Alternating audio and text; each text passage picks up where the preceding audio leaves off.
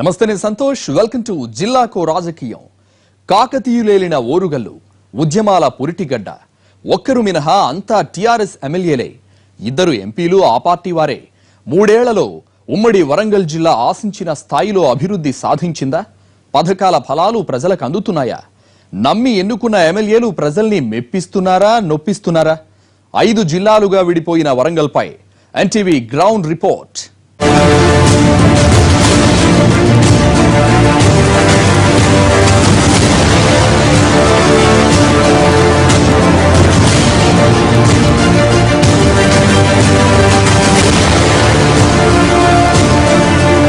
ఒక్కరు తప్ప అంతా టీఆర్ఎస్ ఎమ్మెల్యేలే.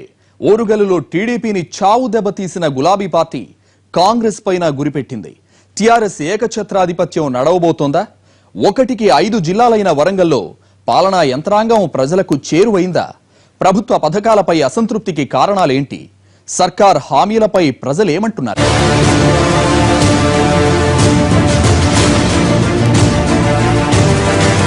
ఎన్నో ఆశయాలతో ఆకాంక్షలతో ఏర్పడింది తెలంగాణ రాష్ట్రం. మరి ప్రజల ఆశలకు అనుగుణంగా తెలంగాణ సర్కార్ పనిచేస్తుందా? అధికార విపక్షాల పరిస్థితి ఏంది? పాత వరంగల్ 12 నియోజకవర్గాల ప్రజలు ఏమనుకుంటున్నారు? NTV ground report.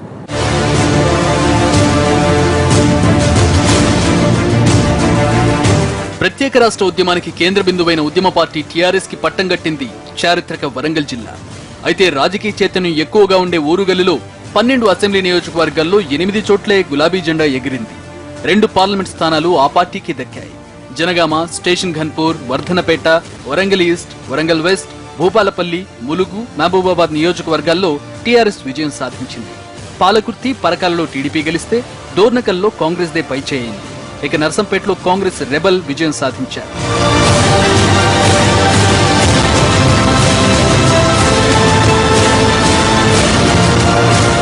వరంగల్లో 8 సీట్లకే పరిమితమైన టీఆర్ఎస్ బలం ఎన్నికల తర్వాత 11కు చేరింది. తెలంగాణ రాష్ట్రంలో మిగిలిన జిల్లాలతో పాటే వరంగల్లోనూ సమీకరణలు మారిపోయాయి. పాలకుర్తి, పరకాల నుంచి గెలిచిన టీడీపీ ఎమ్మెల్యేలిద్దరూ కారెక్కారు. డోర్నకల్ కాంగ్రెస్ ఎమ్మెల్యే కూడా గులాబీ కండువా కప్పుకున్నారు. ఇక మిగిలిన ఒకే ఒక ఇండిపెండెంట్ కాంగ్రెస్ అనుబంధ సభ్యుడిగా కొనసాగుతున్నారు. వరంగల్ జిల్లా నుంచి పాలకుర్తి ఎమ్మెల్యే దయాకర్ రావు పార్టీ మారడమే కాదు, మొత్తం తెలంగాణ టీడీపీనే టీఆర్ఎస్ లో విలీనం చేయించడంలో కీలకంగా వ్యవహరించడంతో టీటీడీపీలో సంక్షోభానికి ఈ జిల్లానే వేదికైంది. జిల్లాల పునర్విభజనతో ఓరుగల్లు 5 జిల్లాలుగా అవతరించింది. వరంగల్ అర్బన్, వరంగల్ రూరల్, జనగామ, జయశంకర్ భూపాలపల్లి, మహబూబాబాద్ జిల్లాల ఏర్పాటుతో వరంగల్ మ్యాప్ పూర్తిగా మారిపోయింది. అయితే 1కి 5 జిల్లాలైనా ఓరుగల్లు ప్రజల్లో పునర్విభజనపై సానుకూలత కనిపించడం లేదు. ఒక్క భూపాలపల్లి జిల్లా ఏర్పాటుపై అక్కడి స్థానికులు తప్ప మిగిలిన నియోజకవర్గాల ప్రజలెవరూ సంతృప్తిగా లేరు. ఒకప్పుడు తెలంగాణలో అత్యంత కీలకంగా ఉన్న వరంగల్ జిల్లా పునర్విభజన తర్వాత అస్తిత్వం కోల్పోయిందనే ఆవేదన చాలా మందిలో కనిపిస్తోంది. మరి తలలేని జిల్లాగా వరంగల్ రూరల్ జిల్లాను ఏర్పాటు చేసినట్లు కొంత ప్రజలు ఇబ్బంది పడుతున్నటువంటి సందర్భం. సరే, ఇది కొంత సమయం తర్వాత ఇదంతా మరి సర్దుబాటు అయ్యే అవకాశం ఉన్నది. కానీ దీనికి తోడు ప్రభుత్వ చర్యలు కూడా వేగవంతం చేయాల్సినటువంటి అవసరం ఉన్నది.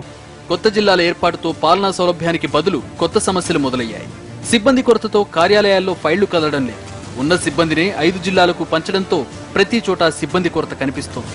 మరోవైపు పదోన్నతులు లేకపోవడం, ఇంక్రిమెంట్ ఇవ్వకుండా ఇన్ఛార్జి బాధ్యతలు అప్పగించడంతో కొందరు కినుక వహించారు, కొందరు సెలవులో ఉన్నారు. చివరికి పాలనా కేంద్రాలైన కలెక్టరేట్లలోనూ మౌలిక వస్తువులు లేవు. జిల్లాల వికేంద్రం జరిగింది, కానీ అడ్మినిస్ట్రేటివ్ పరంగా వర్క్ చేసేటువంటి బ్యూరోక్రాట్ని నియమించలేదు. కాబట్టి ఒక బ్యూరోక్రాట్ మీదనే 4-5 సెక్షన్లు విధులు నిర్వహించే పరిస్థితి ఉద్యోగుల మీద పడింది. అది బయటకు చెప్పుకోలేని పరిస్థితిలో ఉద్యోగులు సతమతం అవుతున్నారనేది ప్రభుత్వానికి తెలుసు, ఉద్యోగ సంఘాలకు కూడా తెలుసు. కొత్త జిల్లాల ప్రకటనతో ఎన్నో ఆశలు పెట్టుకున్న వారు ఇప్పుడున్న వాతావరణం చూసి నీరసపడుతున్నారు. కొత్త జిల్లాలు ఏర్పడి 4 నెలలైనా జిల్లా కేంద్రాల్లో పెద్దగా మార్పులేమీ కనిపించడం లేదంటున్నారు. జిల్లా ఏర్పాటుతో ఉద్యోగులు అందుబాటులో ఉంటారని ప్రభుత్వం భావించినా ఉద్యోగులు మాత్రం కొత్త జిల్లా కేంద్రంలో ఉండడం లేదు. అయితే జిల్లా కలెక్టర్లు మాత్రం అందుబాటులో ఉంటున్నారని ప్రజలంటున్నారు. కొత్త జిల్లాల ఏర్పాటు తర్వాత అవినీతి పెరిగిందనేది అందరి నోటా వినిపిస్తున్న మాట. ప్రతి చిన్న పనికి డబ్బులు ఇవ్వాల్సి వస్తోందని అధికార పార్టీ కార్యకర్తలే అంటున్నారు. మరి ప్రభుత్వం పాలకుల పట్ల, అదేవిధంగా అధికారుల పట్ల ఒక నిఘా ఏర్పాటు చేసి మరి అధికారులు ఈ ప్రభుత్వ పథకాలను ప్రజల వద్దకు తీసుకుపోతున్నారా, తీసుకుపోతలేరా అనేది ఒక ఆలోచన చేయాల్సిన అవసరం ఉంటుంది. ప్రభుత్వ పథకాల విషయానికి వస్తే కొన్నింటిపై సానుకూలత వ్యక్తమవుతోంది. ఆసరా పెన్షన్లపై ప్రజల్లో సంతృప్తి కనిపిస్తోంది. లబ్ధి పొందలేకపోయిన వారు మాత్రం అక్కడక్కడ అసంతృప్తితో ఉన్నారు. మిషన్ కాకతీయ పథకం ఫలితాలు కనిపిస్తున్నాయని ప్రజలు చెబుతున్నారు. నిరుద్యోగుల విషయంలో ప్రభుత్వం స్పందించకుంటే ఇబ్బందులు తప్పవనే అభిప్రాయం వ్యక్తమవుతోంది. 4 సార్లు అడిగిన ఊకున్న ఫోటోలు తెచ్చిన ఆధార్ కార్డు నిమ్మర్లు కూడా అవన్నీ తీసుకురమ్మని తీసుకొచ్చారు సారు. తీసుకొస్తే ఆయన మళ్ళీ వస్తలేడు, మాకు ఆయన ఊళ్ళో మేము ఇక్కడ కలుస్తలేడు. ఇక మిషన్ భగీరథపై వ్యతిరేకత లేకున్నా ప్రజల్లో మాత్రం ఈ పథకంపై అంతగా సానుకూలత కనిపించడం లేదు.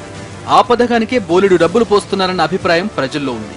డబుల్ బెడ్రూమ్ ఇళ్ల నిర్మాణం మాటలకే పరిమితమైందన్న తీవ్ర అసంతృప్తి అన్ని చోట్ల ఉంది. దళితులకు 3 ఎకరాల హామీ ఏమైందని గుర్తు చేస్తున్నారు.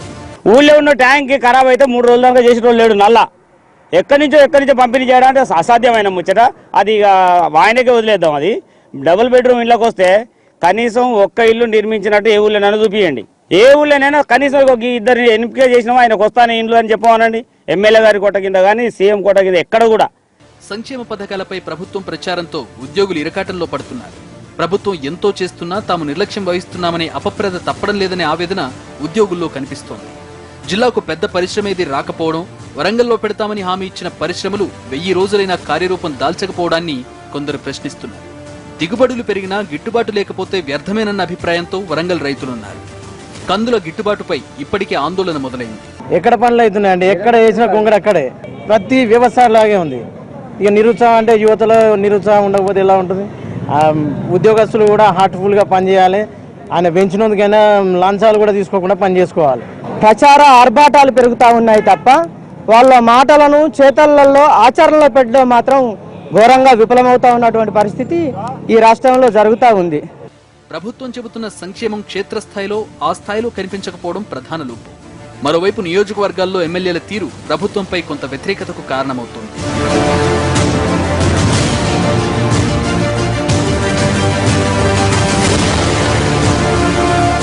చేరికలతో మరింత బలపడాల్సిన టీఆర్ఎస్ కి ఆధిపత్య పోరు సవాల్ విసురుతోంది. ముఖ్య నేతలు పంతాలు పట్టింపులతో కాలం వెళ్లదీస్తుంటే కొందరు ఎమ్మెల్యేలు నియోజకవర్గాల్లో సమస్యలు కొని తెచ్చుకుంటున్నారు. ఒంటెద్దు పోకడలతో తమ గొయ్యి తామే తవ్వుకుంటున్నారు. స్పీకర్తో పాటు హేమాహేమీలైన నేతలు ప్రాతినిధ్యం వహిస్తున్న వరంగల్లో అధికార పార్టీ పరిస్థితి ఎలా ఉంది?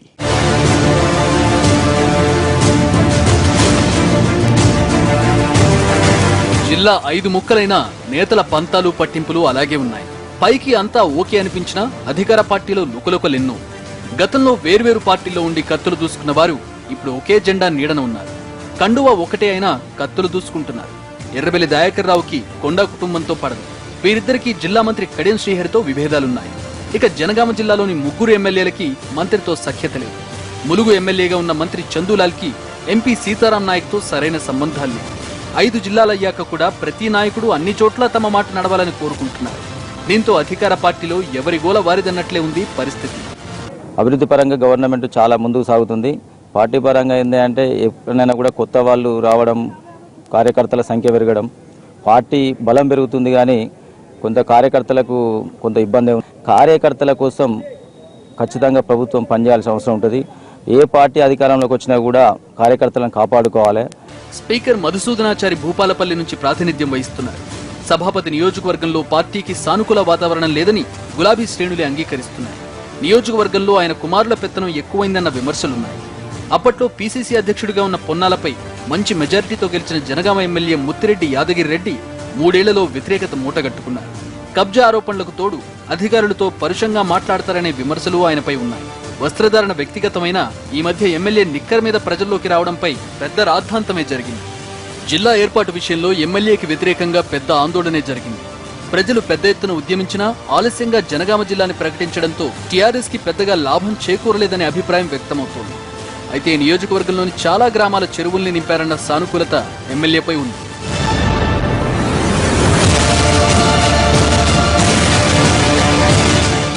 టీఆర్ఎస్ ప్రభుత్వం అధికారంలోకి వచ్చిన కొత్తలో కొన్నాళ్లు డిప్యూటీ సీఎం పదవిలో ఉండి తర్వాత మంత్రి పదవి పోగొట్టుకున్న రాజయ్యపై స్టేషన్ గన్పూర్లో సదభిప్రాయం లేదు. నియోజకవర్గంలో అవినీతి ఆరోపణలు ఆయనకు చుట్టుకుంటున్నాయి. మంత్రి కడియం శ్రీహరితో ఎమ్మెల్యే రాజయ్యకు వైరం మరింత పెరిగింది. నియోజకవర్గంలో వీళ్ళిద్దరికే సఖ్యత లేదనుకుంటుంటే కాంగ్రెస్ పార్టీ నుంచి రాజారపు ప్రతాప్ చేరడంతో స్టేషన్ ఘన్పూర్ టీఆర్ఎస్ లో గ్రూపు రాజకీయాలు తారాస్థాయికి చేరాయి. వర్ధన్నపేట ఎమ్మెల్యే ఆరూరి రమేష్ నియోజకవర్గ అభివృద్ధి విషయంలో చొరవ చూపిస్తున్నా మొత్తం మీదైతే ఆయన మీద వ్యతిరేకత ఉంది. కాంట్రాక్టులన్నీ ఆయనే చూసుకుంటున్నారని, కార్యకర్తల్ని పట్టించుకోవడం లేదనే విమర్శలున్నాయి. ఆర్థికంగా స్థితిమంతుడు కావడంతో ఎవరిని లెక్క చేయడం లేదన్నది వర్ధన్నపేట ఎమ్మెల్యే మీదున్న ఆరోపణ.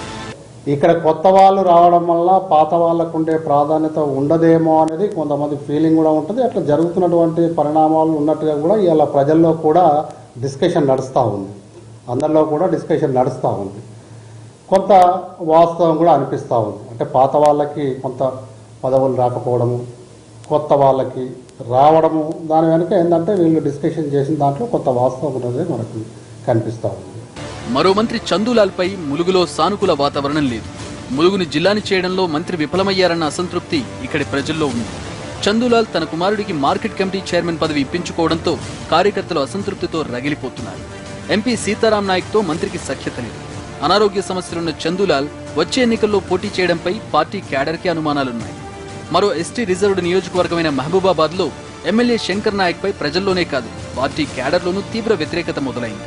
కబ్జా వివాదాల్లో ఆయన పేరు తరచూ వినిపిస్తోంది.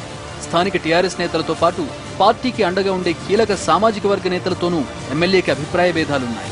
మాజీ ఎమ్మెల్యే రెడ్డి నాయక్ కుమార్తె కవిత వచ్చే ఎన్నికల్లో ఇక్కడ టికెట్ పోటీలో ఉండొచ్చన్న చర్చ జరుగుతోంది.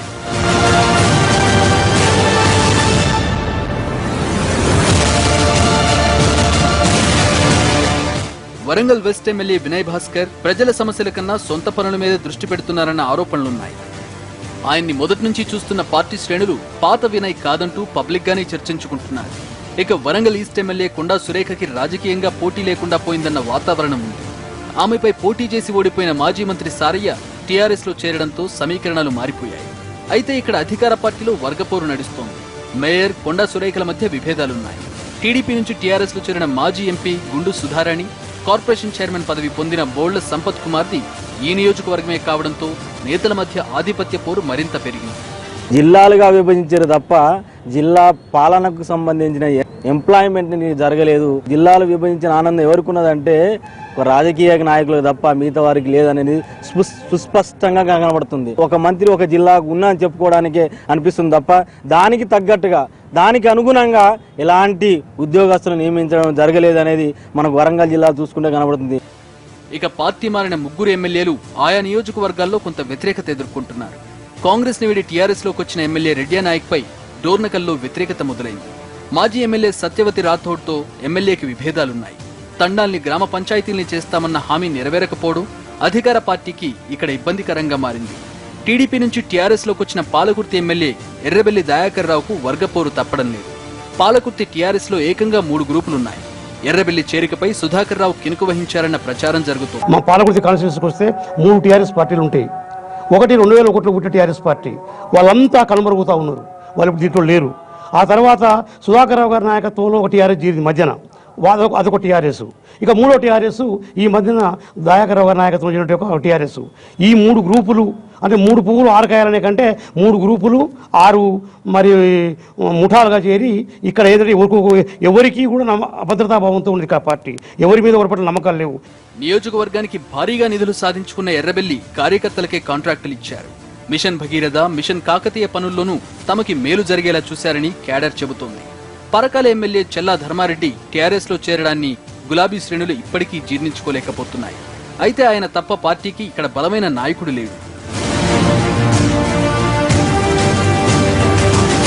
5 జిల్లాలుగా విడిపోయిన వరంగల్లో దాదాపు అన్ని చోట్ల కాంగ్రెస్ కి చెప్పుకోదగ్గ బలముంది. అయితే కొందరు వచ్చే ఎన్నికల నాటికి చేజారిపోతారన్న భయమూ ఉంది. అటు టీడీపీ పోయిన చోట వెతుక్కుందామన్నా క్షేత్రస్థాయిలో క్యాడర్ డీలా పడ్డంతో ఉనికి కోసం పోరాడుతోంది. విపక్షాల బలహీనతల్ని అనుకూలంగా మలుచుకునే ప్రయత్నాల్లో ఉంది టీఆర్ఎస్.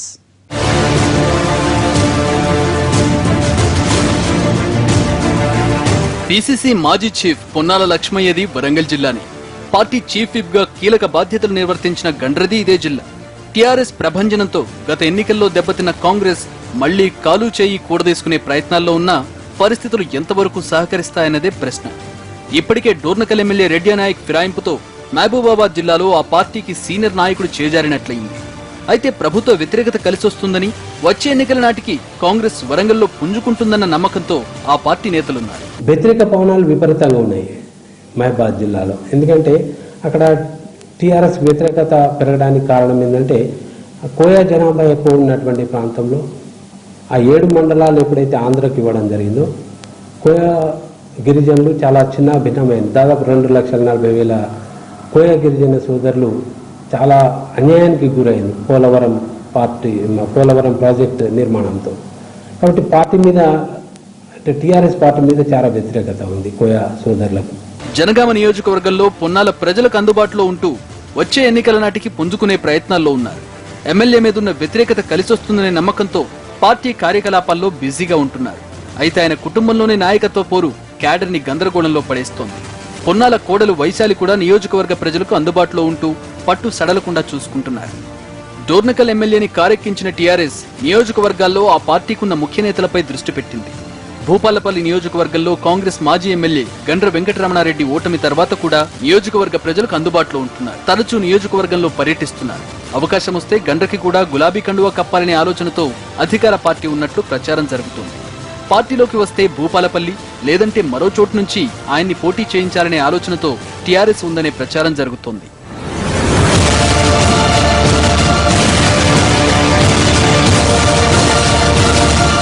పాలకుర్తిలో ఎర్రబెల్లికి గట్టి పోటీనిచ్చే నాయకుడు ఉండడం ఆ నియోజకవర్గంలో కాంగ్రెస్ కున్న ప్లస్ పాయింట్.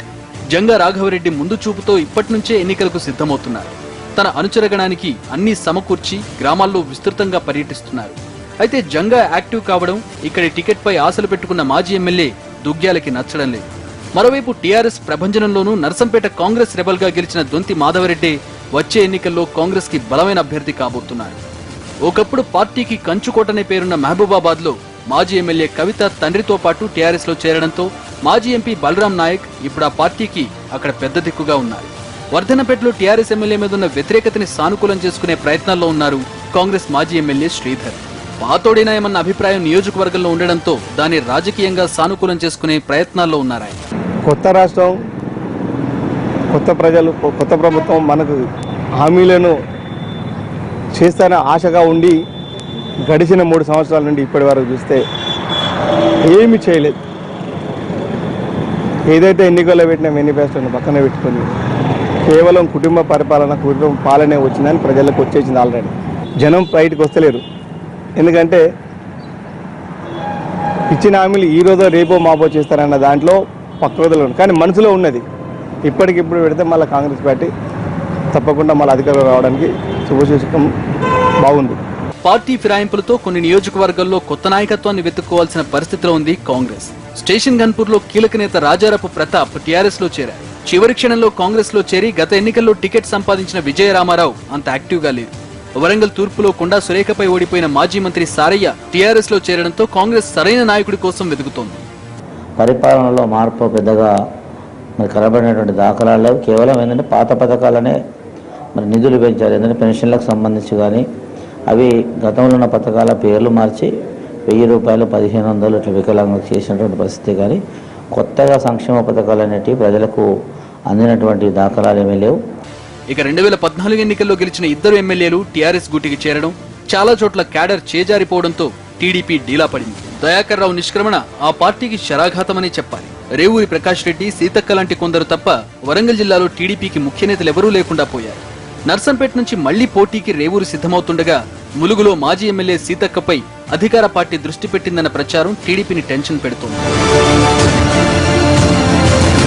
బీజేపీ విషయానికొస్తే భూపాలపల్లి నియోజకవర్గంలో మాజీ ఎంపీ జంగారెడ్డి కోడలు కీర్తిరెడ్డి యాక్టివ్ గా కనిపిస్తున్నారు తప్ప మిగిలిన చోట్ల ఆ పార్టీ యాక్టివిటీస్ నామమాత్రమే. ఇది ఓరుగల్లు రాజకీయ ముఖ చిత్రం. అధికార విపక్షాల పరిస్థితి, ప్రభుత్వ పనితీరు, పథకాల అమలుపై ప్రజల మనోగతం. అయితే ఇదే పరిస్థితి వచ్చే ఎన్నికల వరకు కొనసాగకపోవచ్చు. అది ఆయా రాజకీయ పార్టీలు అనుసరించే విధానంపై ఆధారపడి ఉంటుందనడంలో సందేహం లేదు. కెమెరామెన్ రాంబాబ్తో మహేష్, ఎన్టీవీ, ఓరుగల్లు.